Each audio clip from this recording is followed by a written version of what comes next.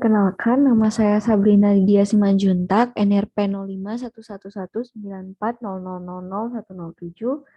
Pada kesempatan kali ini, saya akan mempresentasikan hasil dari final project kelompok kami, yaitu Green Economy, yang berjudul Analisis Enterprise Architecture Greenify menggunakan framework TOGAF dan COVID-5.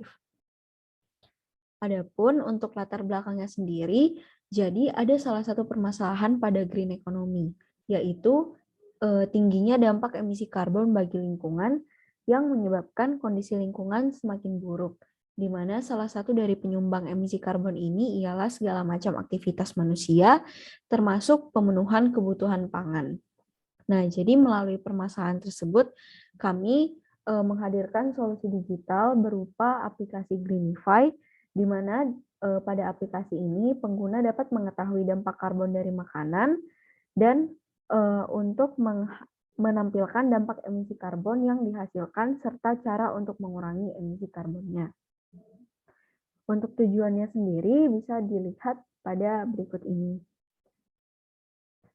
Selanjutnya yang kedua, dasar teori framework bisa dilihat pada berikut ini yang terdiri dari yang pertama TOGAF, yang kedua ada COVID-5. Nah, selanjutnya bab 3, deskripsi aplikasi Green Economy. Jadi aplikasi kami ialah Greenify yang bertujuan untuk mengurangi dampak emisi karbon yang ditimbulkan dari makanan yang dikonsumsi oleh pengguna dengan cara memberikan informasi kepada pengguna mengenai dampak karbon yang sudah dihasilkan dengan menghitung jumlah kalori sekaligus menghitung jumlah emisi karbon yang dihasilkan oleh pengguna melalui makanan yang sudah dikonsumsi. Di mana stakeholder-nya ialah penggunanya masyarakat, pemilik sistemnya pemerintahan nasional, pembuat perencanaan Greenify, mahasiswa ITS, dan penanggung jawabnya Kementerian Lingkungan Hidup dan Kehutanan. Nah, adapun fitur-fitur dari aplikasi Greenify ini terdiri dari yang pertama kalkulasi emisi karbon, lalu kalkulasi kalori, lalu kandungan gizi, dan selanjutnya rekomendasi aktivitas untuk mengurangi emisi karbon. Yang keempat ada metodologi. Yang pertama di sini ada flowchart pengerjaan. Jadi berikut merupakan tahapan pengerjaan dari penelitian ini. Selanjutnya implementasi framework. Di sini kami menggunakan pemetaan COVID dan TOGAF, di mana proses terkait sumber daya pada domain COVID-5 dan TOGAF ada pada tabel berikut.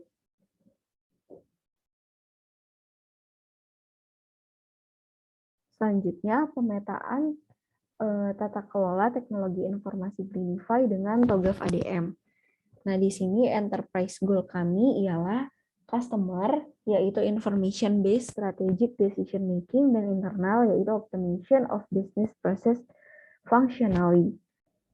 Lalu di sini untuk IT related goal-nya bisa dilihat pada tabel berikut.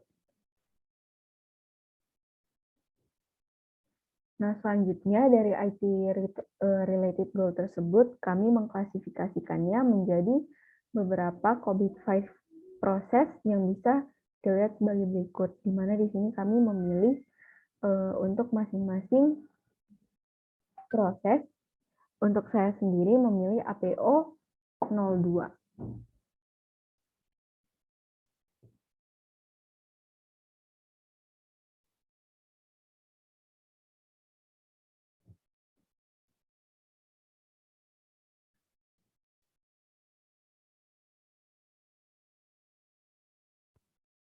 Selanjutnya saya akan menjelaskan mengenai APO 02, yaitu Manage Strategy.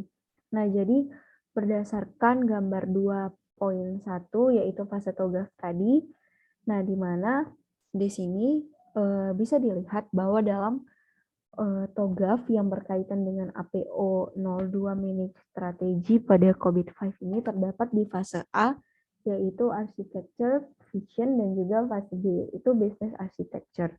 Nah, di mana bagian pada TOGAF fase A yang termasuk pada APO 02 Manage Strategy ini ialah ada stakeholder map matrix, value chain diagram, dan juga solution concept diagram.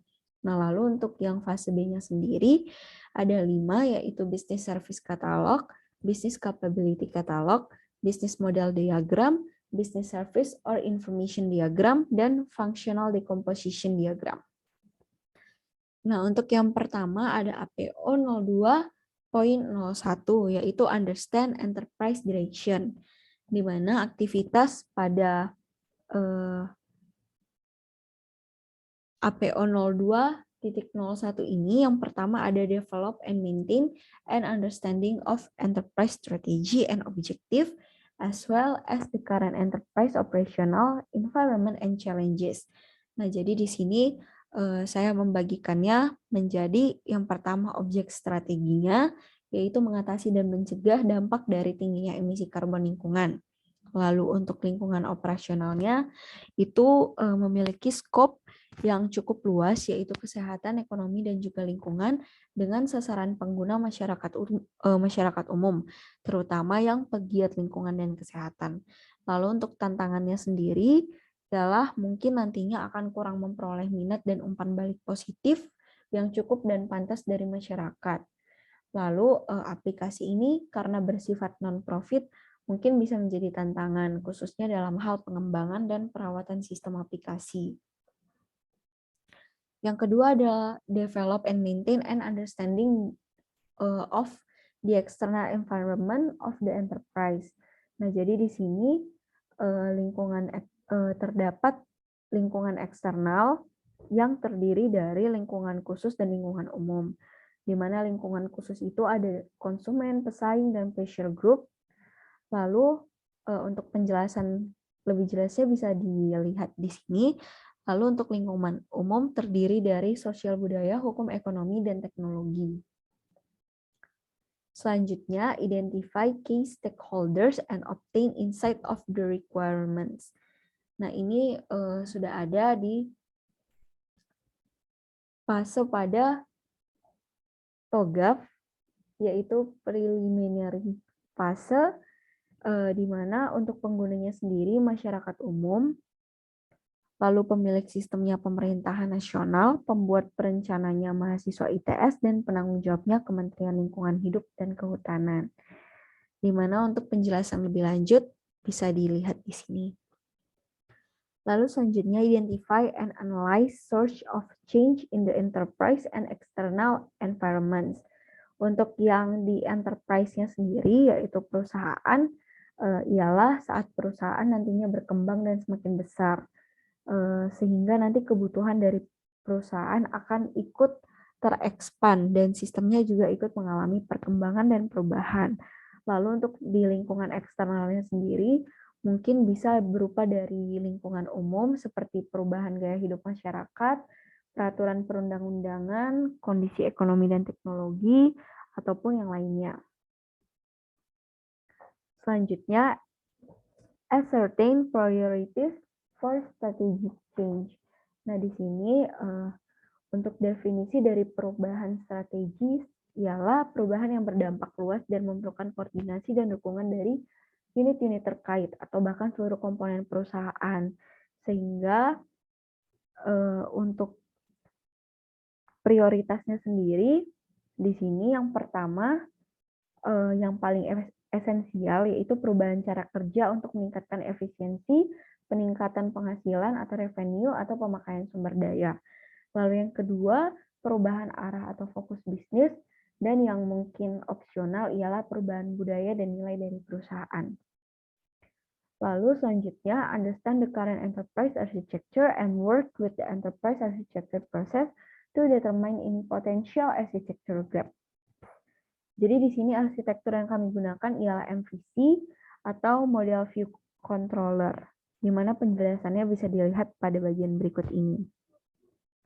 Nah, kami menggunakan arsitektur ini karena website akan memiliki bagian terpisah dan bisa dikembangkan masing-masing, sehingga nanti proses pembuatannya akan lebih cepat dan akan lebih mudah pada perawatan sistemnya. Namun untuk potensial gaps-nya sendiri, kompleksitasnya itu cukup tinggi sehingga cukup sulit untuk mengembangkan aplikasi. Lalu yang selanjutnya ada APO 02.02 yaitu Assess the Current Environment, Capabilities, and Performance. Untuk aktivitasnya sendiri, yang pertama, develop a baseline of the current business and IT environments, capabilities, and service against which future requirements can be compared. Nah, di sini untuk lingkungan bisnis dan IT-nya itu ialah aplikasi dengan arsitektur MVC yang memiliki skop pada bidang kesehatan, ekonomi, dan juga lingkungan. Lalu untuk kemampuan dan layanan yang dimiliki oleh Greenify, jadi Greenify ini merupakan aplikasi yang sangat dibutuhkan di masa depan, terutama dalam kaitannya dengan green economy. Sehingga dengan hal tersebut, Greenify akan memberikan servis terbaik untuk mencapai tujuannya, yaitu dengan membangun aplikasi yang visioner dan mudah di-maintain serta dikembangkan di masa depan. Lalu yang kedua, identify risk from current, potential, and declining technologies. Untuk risiko dari teknologi saat ini, itu terkait dengan investasi. Lalu untuk risiko teknologi yang berpotensial terjadi nantinya itu dari segi perubahan kebutuhan sistem nantinya, dan juga perkembangan sistem dan perusahaan nantinya. Lalu untuk risiko dari teknologi sebelumnya, itu dikarenakan masih belum banyaknya referensi terkait aplikasi sejenis. Namun, apabila ada aplikasi sejenis, itu bisa berisiko menjadi ancaman di kemudian hari untuk aplikasi Greenify ini. Lalu yang ketiga, ada identify gaps between current business and IT capabilities and service and reference standards and best practice, competitor business and its capabilities. Nah, jadi untuk kesenjangannya sendiri, itu terletak pada kemampuan perusahaan dalam mencari jaringan dan investor. Nah, sehingga untuk kesenjangan dengan kompetitornya itu terletak dari sumber informasi valid terkait emisi dan kalori milik kompetitor yang masih belum dimiliki oleh perusahaan Greenify ini.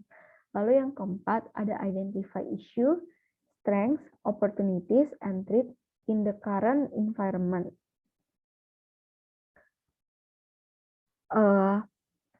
Jadi di sini untuk issues-nya sendiri atau masalah itu karena sistemnya masih sangat sederhana dan dapat menjadi masalah ketika terjadi perkembangan kebutuhan yang menuntut perkembangan atau bahkan perubahan skop sistemnya. Lalu untuk strengths-nya itu aplikasi ini mendorong peningkatan kesadaran masyarakat yang juga selaras dengan perihal perbaikan dalam masalah green economy. Lalu untuk peluangnya sendiri, aplikasi ini masih tergolong sedikit di pasaran, sehingga tingkat persaingannya kecil. Untuk threats atau ancamannya itu dapat kurangnya minat dari masyarakat, karena aplikasi ini spesifik untuk perbaikan lingkungan. Jadi mungkin kepedulian masyarakat masih kurang, dan juganya mungkin kurang minat dari investor karena aplikasi bersifat non-profit.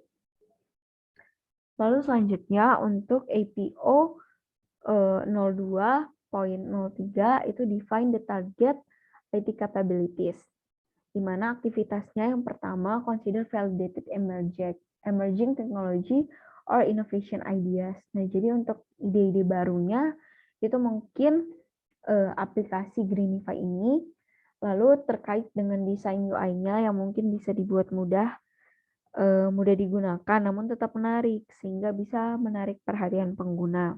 Lalu untuk memperluas skopnya dengan mengangkat hal mengenai informasi gizi makanan. Mungkin ini bisa menarik perhatian user yang peduli gizi namun tetap selaras dengan tujuan utama aplikasi ini. Lalu yang kedua, identify threats from declining current and newly acquired technologies.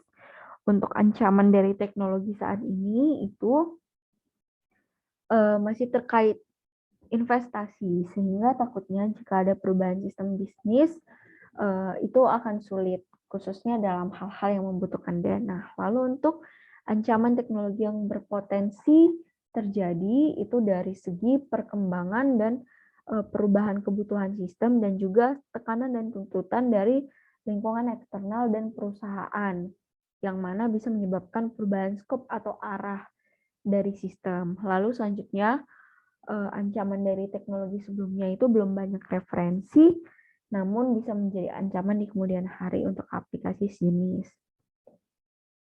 Selanjutnya yang ketiga, define high-level IT objectives or goals and how they will contribute to the enterprise business objectives. Jadi untuk tujuan IT-nya ini ialah menyediakan aplikasi dengan tampilan dan desain yang memudahkan pengguna dalam menggunakannya, yaitu tepat guna dalam mengangkat isu lingkungan dan bersifat persuasif kepada user. Nah, di mana hal ini selaras dengan kontribusi pada tujuan utama aplikasi Greenify ini. Lalu yang keempat, define required and desired business process and IT capabilities. Nah, jadi untuk proses bisnis serta kemampuan IT yang dibutuhkan dan diinginkan itu ialah nanti perusahaan akan menerima investasi dari investor untuk pembangunan aplikasi ini dengan teknologi yang memadai dan sesuai dengan yang dibutuhkan. Lalu yang kelima ada align and agree with the enterprise architect or proposed enterprise architecture change. Nah, di mana di sini arsitektur yang digunakan ialah MVC dengan penjelasan sebagai berikut. Nah, namun dengan seiring perkembangan kebutuhan, kemungkinan akan terjadi perubahan arsitektur. Yang mana hal ini nantinya akan perlu terlebih dahulu peninjauan lebih lanjut terkait hal tersebut, dan juga terkait keadaan dan kondisi dan juga kebutuhan yang sesuai dengan nantinya. Baru diputuskan kira-kira arsitektur apa yang akan digunakan di masa depan nanti. Lalu yang keenam, demonstrate traceability to the enterprise strategy and requirements. Nah, untuk pengertian traceability sendiri ialah sistem pencatatan yang digunakan untuk melacak aliran proses produk dan rantai pasokan. Jadi untuk demonstrasi ke strategi dan persyaratan perusahaannya, ini bisa diperoleh dari dokumentasi flow dan deliverable dari strategi dan persyaratan yang nantinya akan dibuat transparan dan dapat diakses oleh semua stakeholder maupun user.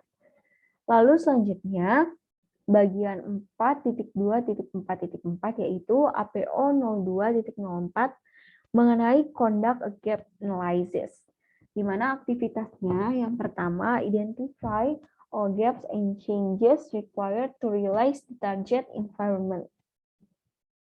Untuk kesenjangan antara bisnis dan kemampuan IT saat ini, itu terletak pada mencari jaringan dan investor, di mana untuk kesenjangan dengan kompetitornya itu dari sumber informasi valid yang dimiliki oleh kompetitor yang belum dimiliki oleh Greenify. Nah, sehingga akan dibutuhkan perubahan-perubahan atau changes yang positif. Dalam hal ini, berupa peningkatan jaringan dengan melakukan kerjasama dengan berbagai pihak, serta lebih aktif dalam mencari sumber informasi valid terkait emisi dan kalori. Lalu yang kedua, consider the high-level implication of all gaps, di mana implikasi yang mungkin terjadi itu akan mengalami ketertinggalan dari segala aspek, dan proses pembangunan aplikasi akan terganggu. Lalu yang ketiga, assess the impact of potential changes of the business and IT operating models and IT investment programs. Nah, jadi seiring berjalannya waktu, mungkin akan terjadi perubahan kebutuhan sistem. Nah, di mana ini untuk potensi perubahan pada modelnya itu akan memberikan dampak dalam hal pengembangan aplikasi, yang mana akan dibutuhkan investasi lebih pada TI untuk melakukan perubahan dan peningkatan sistem. Lalu yang keempat, refine the target environment definition and prepare a value statement with the benefits of the target environments.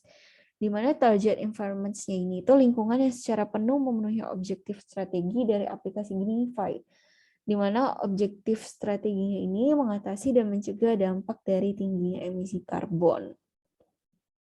Selanjutnya APO 02.05 yaitu define the strategic plan and roadmap. Untuk activities-nya sendiri, yang pertama itu define the initiative required to close gaps and migrate from the current to the target environment, including investment or operational budget, funding source, sourcing strategy, and acquisition strategy.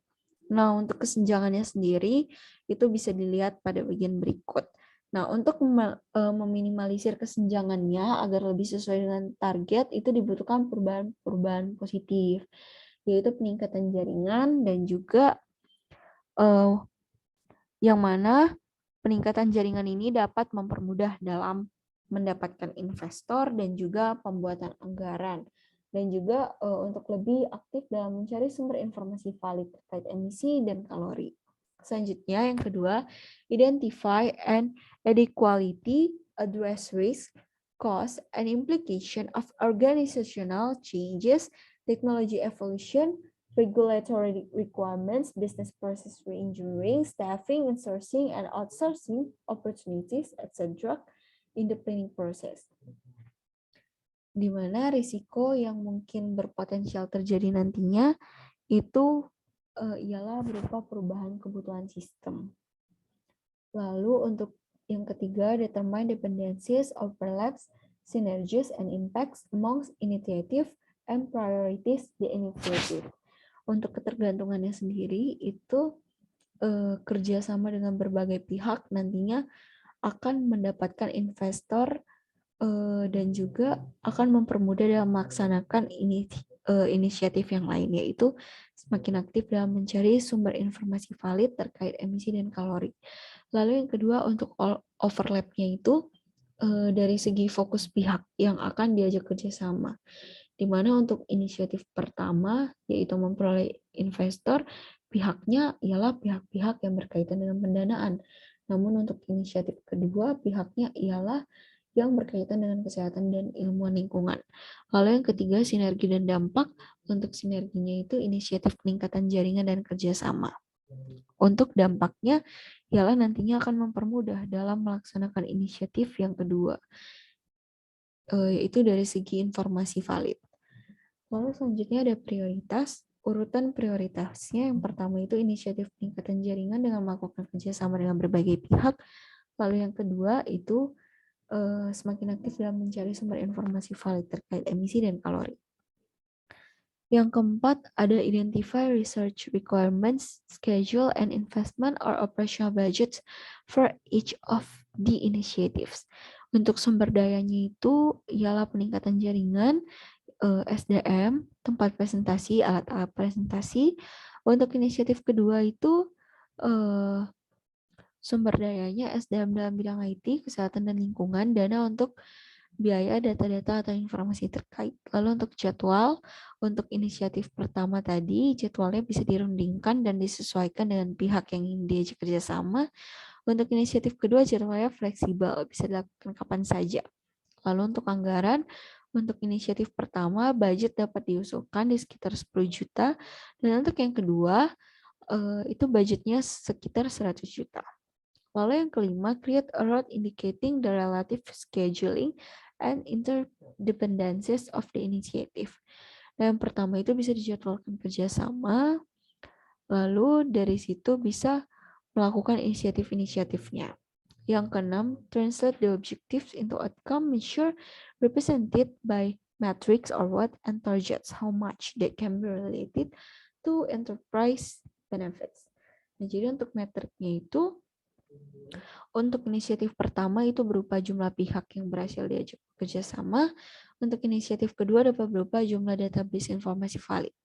Untuk targetnya, untuk inisiatif pertama itu ialah 3 pihak investor, 1 pihak kesehatan, dan 1 pihak lingkungan. Lalu untuk inisiatif kedua itu 1 buah database kalori dan 1 buah database emisi karbon. Dengan masing-masing database itu memiliki jutaan data valid. Untuk manfaatnya tentunya semakin banyak metrik yang terpenuhi akan semakin banyak manfaat yang diperoleh oleh perusahaan. Lalu yang ketujuh, formally obtain support from stakeholders and obtain approval from the plan.